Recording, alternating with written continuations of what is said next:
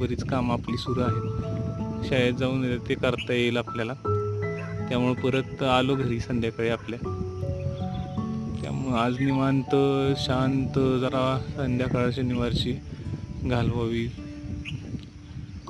तशी जर शांत संध्याकाळ घालवण्याची असेल तर आपल्या स्लॅबशिवाय कुठेही चांगलं स्थळ वाटत नाही. किती सुंदर असं सगळं दृश्य दिसतंय. पलीकडं काहीतरी पेटवलेलं दिसतंय मागे, त्याचा एक धूर दिसतोय.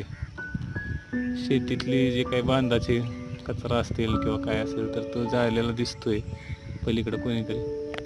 एक मस्त अशी संध्याकाळ आहे. सगळे आता